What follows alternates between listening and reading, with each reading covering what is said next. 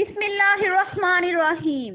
السلام علیکم ناظرین، امید ہے کہ آپ سب خیریت سے ہوں گے۔ ناظرین، آگے بڑھنے سے پہلے آپ سب سے گزارش ہے کہ ہمارے channel city of the truth کو سبسکرائب اور لائک کریں اور بیل آئیکن پر ضرور کلک کریں تاکہ ہم آپ کے لیے مزید حقائق پر مبنی ویڈیوز لے کر آ سکیں۔ ناظرین، ہمارا آج کا موضوع ہے کہ ٹیکسوں کا اسلامی نظام۔ پچھلے مہینوں ایک انٹرویو دیتے ہوئے ہمارے سابق وزیر اعظم نے بتایا کہ ملک بھر میں 2.5 کروڑ سے زائد پاکستانی بڑے بڑے گھروں میں رہتے ہیں اور بیش قیمت گاڑیاں رکھتے ہیں۔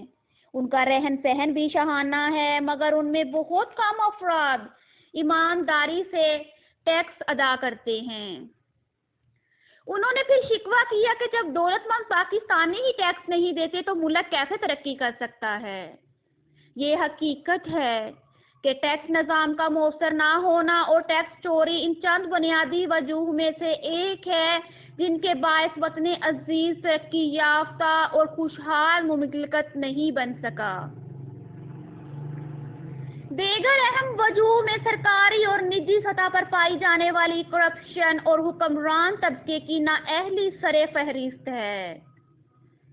سابق وزیر اعظم نے درست کہا کہ کئی پاکستانی دیانتداری سے ٹیکس ادا نہیں کرتے اور کہیں نہ کہیں ہاتھ دکھا جاتے ہیں۔ ان میں سے بعض تو لالچی اور چور ہیں۔ یہ ملک اور قوم کے واضح مجرم اور گناہگار ہیں، لیکن دیگر پاکستانیوں کا استدلال ہے وہ ایمانداری سے ٹیکس دینا چاہتے ہیں، مگر انہیں حکمران طبقے خصوصاً افسر شاہی اور سیاسی لیڈروں پر اعتماد نہیں، کیونکہ وہ ٹیکسوں سے جمع کردہ بیشتر رقم ہڑپ کر جاتا ہے۔ اسی لیے وہ اپنی آمدن ٹیکسوں کی صورت سرکار کو دینے کی بجائے اسے مستحقین میں بصورت خیرات بانٹ دینے کو مستحب سمجھتے ہیں۔ اعتماد کی کمی۔ گویا پاکستان میں ٹیکس دہندگان اور حکمران طبقہ ایک دوسرے پر اعتماد نہیں رکھتا، ان کے مابین بھروسے کا فقدان ہے۔ فریقین ایک دوسرے پر چور ڈاکو ہونے کا الزام لگاتے ہیں اور اسی کشمکش سے وہ ملک و قوم، خاص طور پر غریب پاکستانیوں کا ہی نقصان ہو رہا ہے۔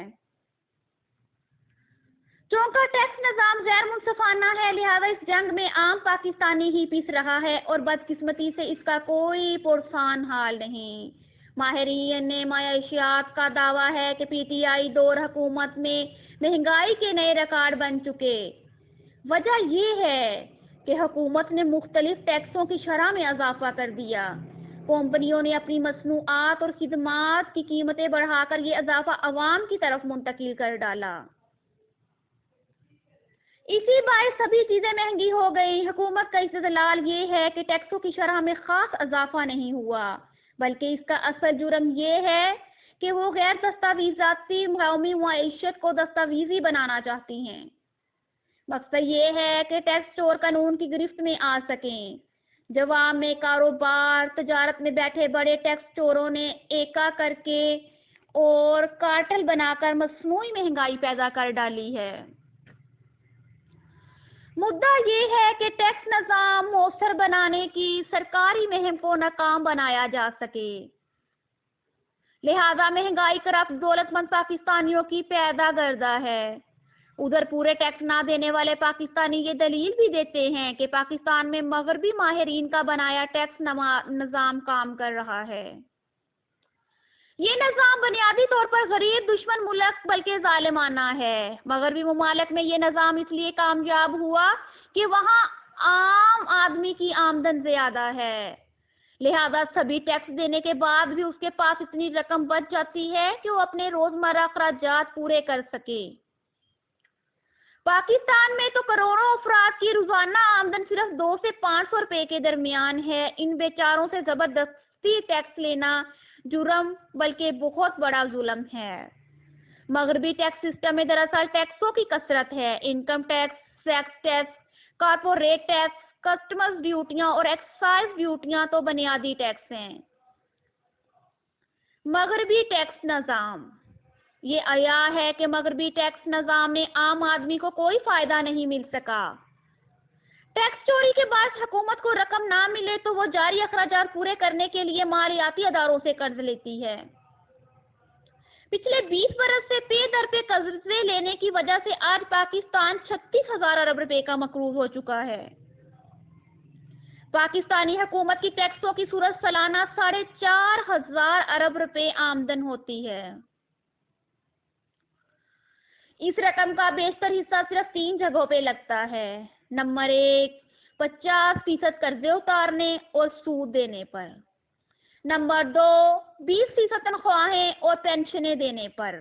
اور نمبر 3، 20% دفاعی اخراجات پر۔ گویا عام آدمی کے لیے صرف 10% رقم بچتی ہے۔ اس رقم کا بھی بڑا حصہ حکمران طبقہ ہڑپ کر لیتا ہے۔ یہی وجہ ہے کہ حکومت کے پاس صفائی کرانے کے لیے بھی پیسے نہیں بچتے۔ کراچی سے خیبر تک جا بجا کوڑے کے ڈھیر دنیا بھر کو پاکستان کی بدنامی کرتے ہیں۔ حکومت کو یہ توفیق نہیں ہوتی کہ سڑکیں مرمت کرا دے، سڑکوں کے گھڑے سواریوں کے اجسام کا انجر پنجر ہلا دیتے ہیں۔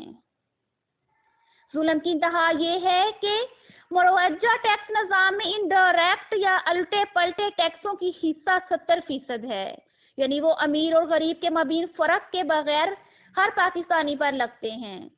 سیلز ٹیکس، دو ہولڈنگ ٹیکس اور بیشتر کسٹمز ایکسائز ڈیوٹیاں ایسے ہی ظالمانہ ٹیکس ہیں۔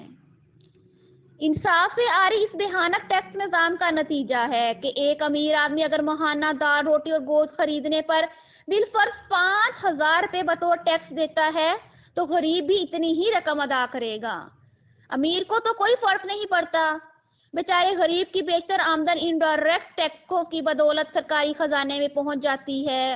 حالانکہ حکومت کی غریبوں سے ٹیکس لینے ہی نہیں چاہیے، ان کی مدد کرنا ان کی ذمہ داری ہے۔